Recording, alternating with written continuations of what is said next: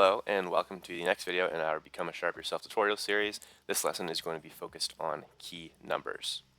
So what are key numbers? They're important numbers in the spread or total that have more frequent occurrences than other numbers. So for example, everyone knows that a field goal is 3 in football, while a touchdown is going to be 7 if you make the extra point. And so these numbers are more prevalent in the differences between two teams rather than a number like 1 or 5 based off the rules. And so all sports have these differences based off their rules, and then in certain sports key numbers are more important than other. And so this video is going to be just in general discussing key numbers, strategy within them, as well as giving you resources about what the key numbers are.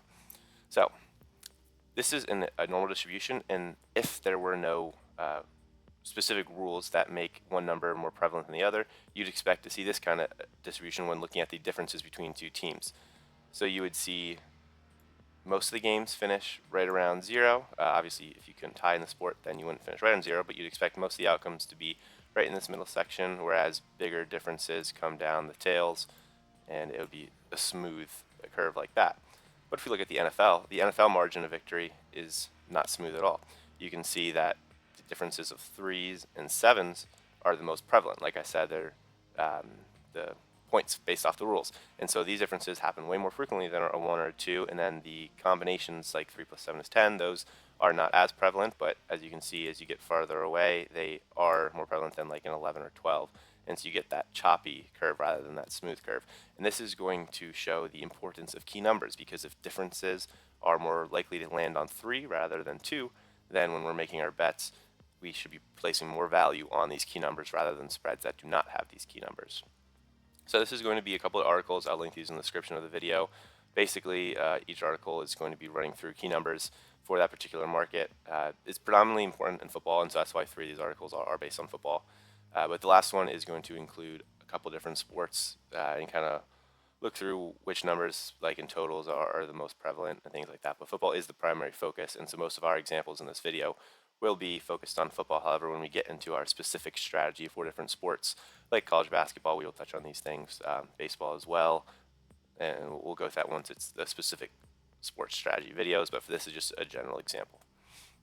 So, how key numbers impact strategy. So, the top part you're going to see is you want to bet lines that include key numbers. Now, this isn't just blindly betting them, but if you like a side and show value on a particular side, and that side is encapsulating a key number, it should make you more inclined to bet a line. So, for example, if I wanted to take the Niners, and I see plus 3.5 here, I'm showing value on the Niners, and the fact that they are getting this key number around the value of 3, which is a frequent difference, and I would win because I have the hook, then you should be more inclined to get that bet in, because it is less likely that that hook on that key number will stick around. The next aspect that impacts our strategy is waiting to bet a line that includes the key number. So, for example, if we wanted to bet the Jags down here, like I said, 3 and 7 are key numbers and the multiples of them. So 6, multiple of 3, and then also could be from a touchdown if you miss the extra point. Key number in the NFL. If you are showing value on the Jags, but they're not at that key number, it is advised to wait and not bet that line just yet and see if you can get that key number to show. Because 5 is not a key number. It's not a multiple of those 3 and 7s. It's a less frequent difference between the teams. So if the line were to move down to 4, it's not that big of a deal because 5 isn't that important of a number. It's worth waiting for the opportunity of getting that 6 because that key number is way more valuable than 5. Next, what we can learn from key numbers. So line moves, you can learn a ton from them. What sharps are thinking and how they're moving lines, but then also what the book is thinking as well, because the book is the only one who's truly seeing the entire action from the bettors. They know which people are sharps, and of those people that are sharps, who are they taking, and they adjust their lines based off of what the market is saying. So these line moves, especially through key numbers, can really tell us what they are thinking, right? If, for that example, like I just told you, if they move a line from 5.5 to 4.5, that's not big of a deal because 5 isn't a key number. But in this example right here, 8.5 to 6.5, so 7 is the second most important key number behind 3. And the books were willing to not only take that 7 away from Toledo, but move them on the wrong side of it to where if it lands on 7, they are now going to lose. So what does this tell you? It could tell you a couple different things. One, it's the sharps really like that side and are showing value on Toledo. Or 2, it could be injury news prior to it being released that you're unaware of.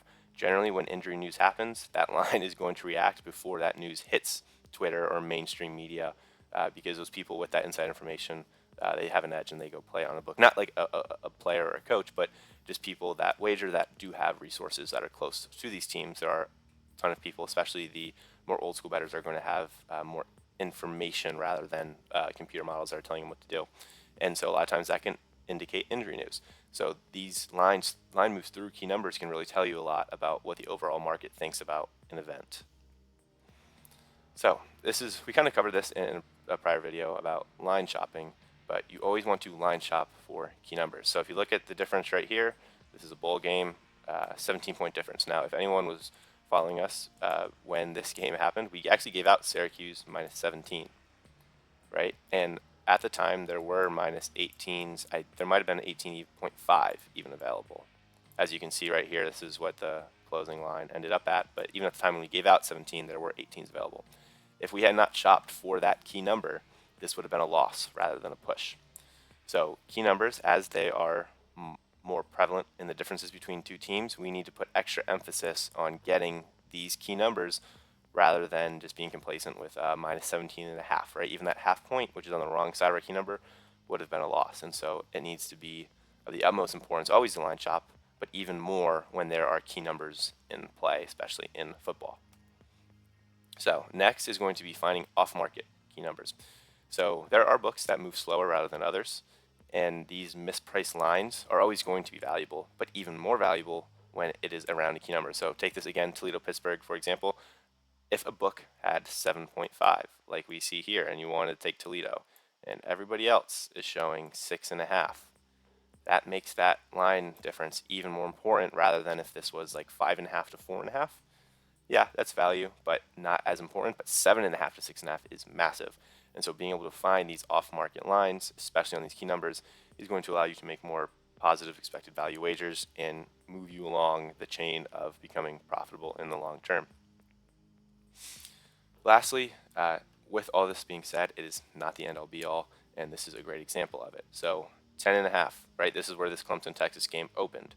10 is a key number, and minus 10.5 for Texas is on the wrong side of that key number. See, why it's not important here is that this line closed at 13.5 and most definitely should have been closer to that 2 touchdowns on open. We gave out minus 11.5 on Texas, and naturally it won. So when a line is so far off, you don't want to let that key number and waiting for a key number distract you from actually getting that positive expected value wager in, right? So if your numbers are showing and you expect this spread to be closer to 2 touchdowns and it opens at minus 10.5 down here, you want to get that wager in even though you're on the wrong side of the key number, just because there is so much value on it, right? And going back to our our Jaguars example about waiting to bet them at plus 5.5, if you have Jaguars plus 2 is what you think it should be, or plus 2.5, that plus 5.5 is great value and you take it immediately, right? So these key numbers should be a guide of when you have value, but you think you might have an opportunity to get that extra half point of value. But there are some times when it's just a slam dunk wager of this is the right number on the right side. I really do think this number is going to balloon up as we get closer to game time, and so I'm going to take this now and lock it in. All right, and that is all for key numbers. You have now completed this lesson in the course. Like I said, we will be diving into more specific examples with your strategy in each sport, but with this video, you should be able to take this now generally and apply it to how you think about certain sports, how you think about certain wagers, and keep moving along that process of becoming a profitable long-term bettor.